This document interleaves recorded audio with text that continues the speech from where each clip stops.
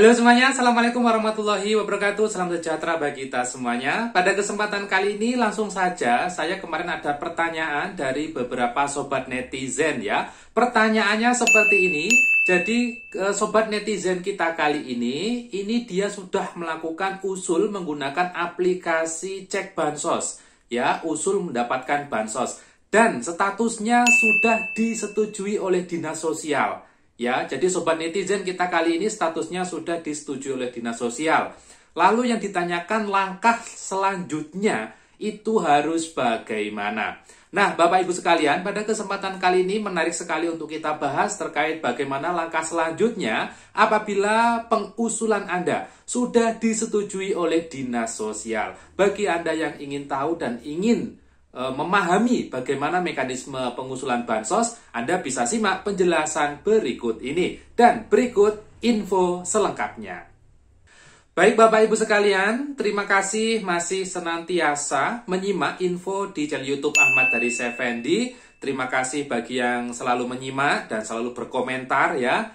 Dan juga mungkin bagi Anda yang baru bergabung di channel YouTube saya ucapkan selamat datang dan tak lupa mari turut mendukung channel YouTube Ahmad Haris Effendi untuk terus berkembang dengan diklik subscribe bagi Anda yang belum subscribe. Bagi yang sudah subscribe, saya ucapkan terima kasih banyak. Baik Bapak Ibu, langsung saja kita akan masuk ke pertanyaan kita yang pertama. Jadi di sini saya sudah merangkum ada dua pertanyaan dari sobat netizen kita kali ini, di mana kedua pertanyaan ini intinya sama. Pertanyaannya sebagai berikut ya. Kak, semisal sudah usul di web cek bansos dan sudah disetujui dinas sosial, lalu langkah selanjutnya itu harus bagaimana? Baik Bapak Ibu, sebelum saya langsung menjawab ya, sebenarnya konsep dasarnya itu harus Anda ketahui terlebih dahulu ya. Jadi begini, pada intinya saya persingkat, untuk melakukan usul mendapatkan bantuan sosial itu ada dua cara. Cara yang pertama yaitu langsung datang ke desa atau kelurahan menghadap operator SIKNJ atau bagian kesra ya, untuk nanti akan direkap dan diusulkan. Yang kedua, bisa menggunakan aplikasi cek bansos. Jika menggunakan aplikasi cek bansos, maka harus dilakukanlah approval, baik oleh pihak desa atau kelurahan, dan terakhir nanti approval atau persetujuan dari dinas sosial ya. Berikutnya Bapak Ibu, terkait usul ini sebenarnya ada dua tahapan usul. Tadi ada dua langkah cara usul, sekarang ada dua tahapan. Maksudnya tahapan itu bagaimana? Jadi begini Bapak Ibu, setiap penerima PKH dan BPNT itu haruslah keluarga yang terdata di dalam data kemiskinan. Ingat ya, saya ulangi, haruslah keluarga yang tercatat di dalam data kemiskinan atau DTKS ya. Jadi bagi warga yang melakukan usul itu nanti ada dua tahapan usul. Jika warga tersebut belum terdata di DTKS, maka usul yang pertama adalah usul masuk ke dalam DTKS terlebih dahulu. Nah, untuk pengusulan menggunakan cek bansos ataupun ke desa, itu nanti Anda cross-check dulu, Anda itu yang kemarin itu usul apa? Apakah usul masuk ke DTKS atau usul ke bansos? Nah, nanti setelah sudah disetujui masuk DTKS, maka nanti dilakukan usul kembali, yaitu usul mendapatkan bansos. Pada aplikasi cek bansos, apabila keluarga tersebut sudah masuk di dalam data kemiskinan atau DTKS, ketika melakukan usul menggunakan aplikasi, maka di sana akan ada pilihan bantuan yang diinginkan. Apakah PKH, apakah BPNT, apakah PBI, ataukah bantuan yatim piatu atau bantuan yang lain. Nah, itu kalau keluarga tersebut sudah masuk dalam data DTKS sebelumnya. Tapi kalau belum masuk, biasanya pilihan memilih PKH, BPNT, dan sebagainya itu tidak muncul. Jadi bagi Anda yang tadi sudah disetujui oleh dinas sosial, silakan Anda bisa meng-cross-check ulang ya, untuk dicek apakah datanya sudah masuk di dalam data DTKS atau belum. Ya, dicek. Biasanya kalau sudah disetujui itu sudah masuk dalam DTKS. Ketika sudah masuk dalam DTKS, Anda harus melakukan usul yang kedua, yaitu usul mendapatkan bansos. Ya, begitu ya.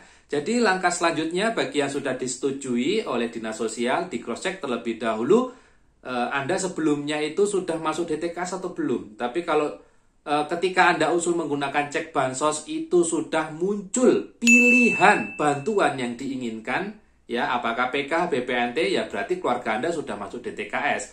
Kalau pilihan itu tidak ada, biasanya masuk DTKS terlebih dahulu, ya nanti Anda harus melakukan usul yang kedua. Jadi diusulkan lagi dengan aplikasi cek bansos tersebut, yaitu usul pilihan bantuan yang diinginkan, apakah PKH, apakah BPNT, apakah BBI, dan sebagainya ya.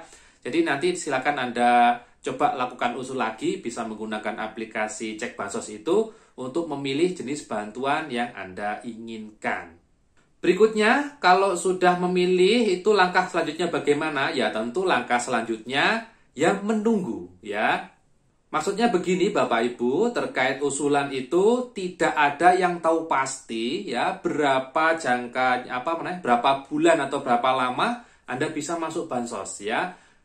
Bisa jadi tahunan, bisa jadi hanya beberapa bulan atau bisa jadi hanya 1 bulan. Tidak ada yang tahu terkait itu. Kenapa kok tidak ada yang tahu? Karena Bapak Ibu terkait penerima bantuan sosial itu ada kuotanya.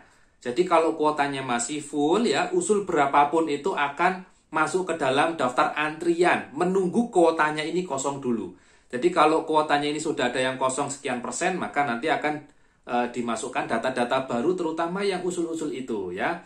Jadi nanti kalau full lagi ya nanti nunggu lagi sebagian. Ini kan belum kebagian harus menunggu lagi sampai kuota bansos itu benar-benar kosong.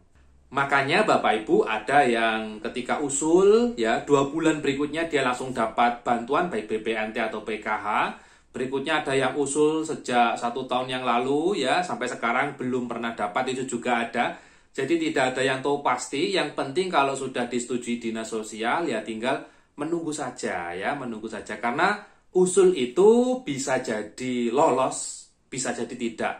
Kalau di dinas sosial lolos, belum tentu nanti di Kementerian Sosial itu lolos. Ya, jadi nanti seleksinya itu bertahap. Intinya usul itu bisa diterima, bisa tidak ya Bapak Ibu.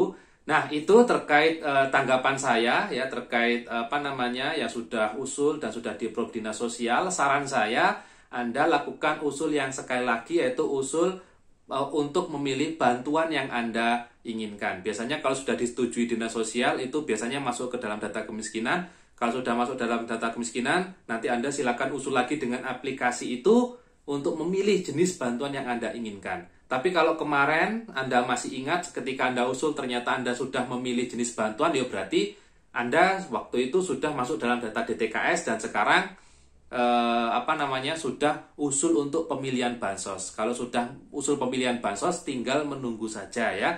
Mudah-mudahan lolos ya. Tapi ingat usul itu bisa lolos, bisa tidak. Begitu Bapak Ibu ya.